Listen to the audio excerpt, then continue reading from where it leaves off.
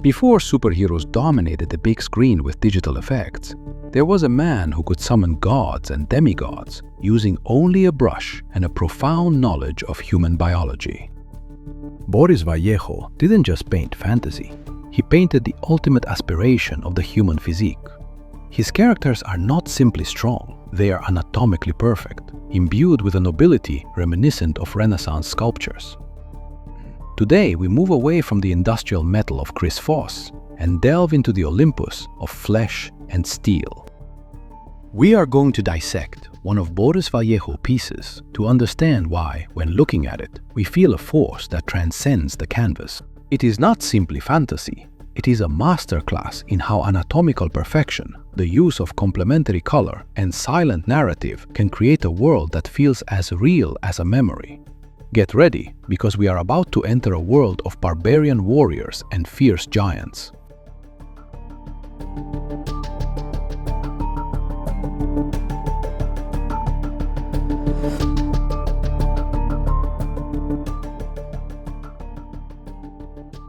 To appreciate this 1999 work, we must understand the origin of its creator's perspective. Unlike many illustrators of his time, Boris Vallejo received a formal education in fine arts in Lima, Peru. This is evident in every stroke. While Frank Frazetta, his contemporary and friendly rival, focused on raw energy, dirty brushstrokes, and chaos, Boris sought neatness and academic perfection. He brought the Greek canon of beauty to the world of dragons and barbarians. This style is known as idealized fantastic realism. It does not seek the raw truth, but rather maximum beauty. And here lies the secret of his success: the normalization of the extraordinary through a deep anatomical knowledge.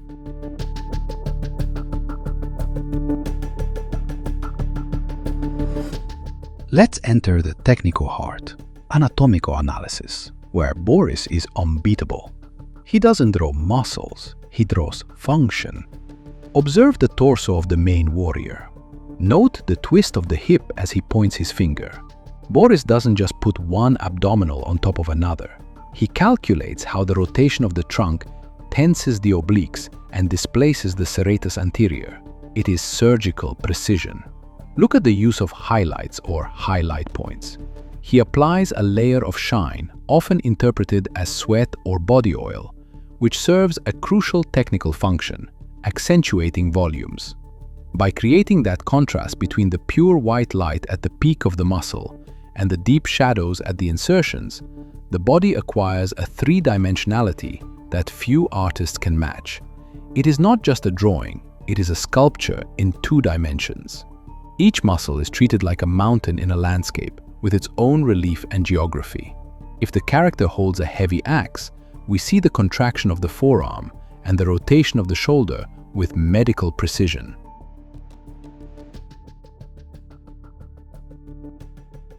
This piece is a lesson in thermal control.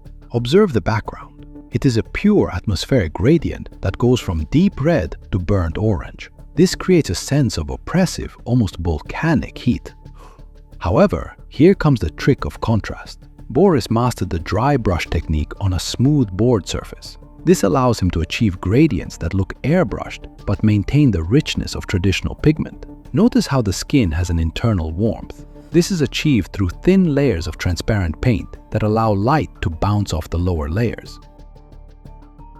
Boris spends hours melting the colors so that you can't see where a shadow ends and a midtone begins. This softness in the skin contrasts violently with the rough textures of the rock or the metal of the giant's armor. That contrast of textures is what makes the human figure visually explode toward the viewer. Let's look at the technical structure of the composition. Boris teaches us balance. If we trace the vanishing lines of this work, we will notice that they converge at a point slightly offset from the center. This generates a dynamic tension. The eye does not rest on a dead point, but is forced to travel across the painting. The composition of this piece is based on one principle: the triangle of power. Notice how the base is wide, giving us a sense of stability and terrestrial strength with the heroes on the rock, while the vertex leads us directly to the giant's face. Here we see a visual hierarchy. The giant dominates the background with his axe, but the heroes are in the foreground, creating a sense of scale that makes us feel vulnerable. Furthermore, the horizon is intentionally placed low, in the lower first third. What does this achieve? It gives the sky an overwhelming physical presence. The sky is not just a background, it is a character that crushes the protagonists.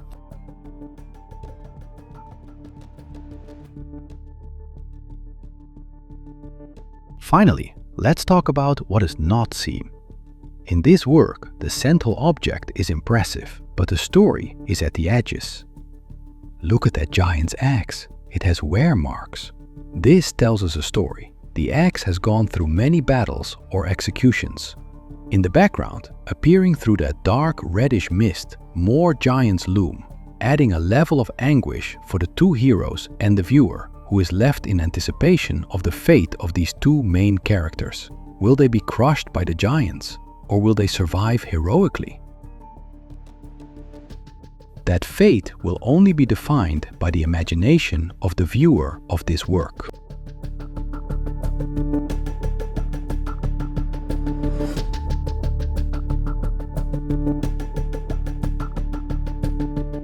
We cannot understand 80s cinema without Boris Vallejo. From National Lampoon posters to parodies and homages in action movies, his style defined the aesthetic of fantasy calendars that adorned thousands of artists' studios for decades. Vallejo democratized the beauty of the athletic body. His influence extends to role-playing video games and the aesthetic of current superhero cinema. Every time you see a Marvel actor physically preparing for a role, they are trying to embody a Boris Vallejo painting.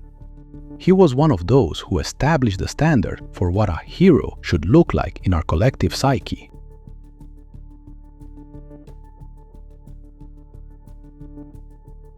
Boris Vallejo taught us that the wildest fantasy needs a basis in physical reality to be believable.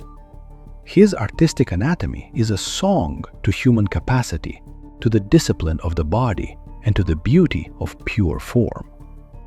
While others look for the future in machines, Boris found it in ourselves, in our skin and our strength.